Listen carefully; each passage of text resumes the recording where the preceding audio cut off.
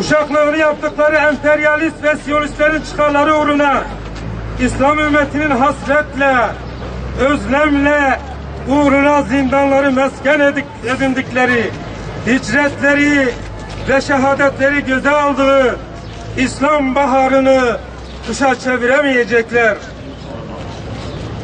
Ustadımız Bediüzzaman şu istikbali inkılabat içerisinde en gür sada İslam'ın sadası olacaktır.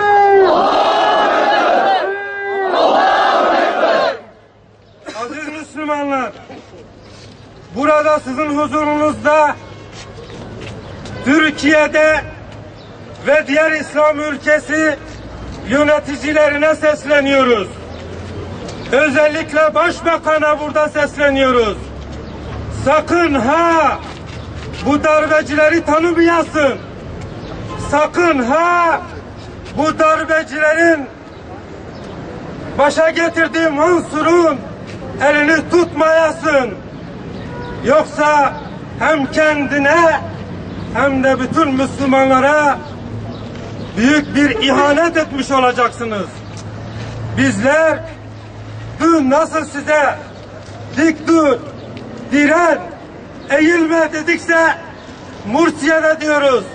Dik durun, direnin, eğilmeyin, gevşemeyin, üzülmeyin.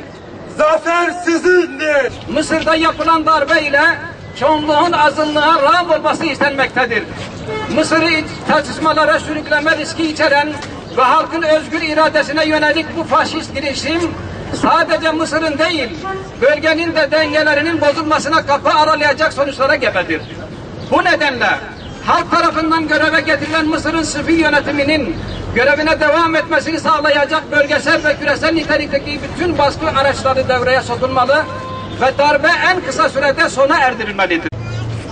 Yarınlar yorgun olanların, rahatına düşkün olanların değil, yarınlar rahatlığından vazgeçenlerin, zevkini bir tarafa bırakanlarındır. Bu sözü söyleyen şehit Hasan el-Benna. İnşallah onun düşündüğü o yolda bu çalışma devam edecek.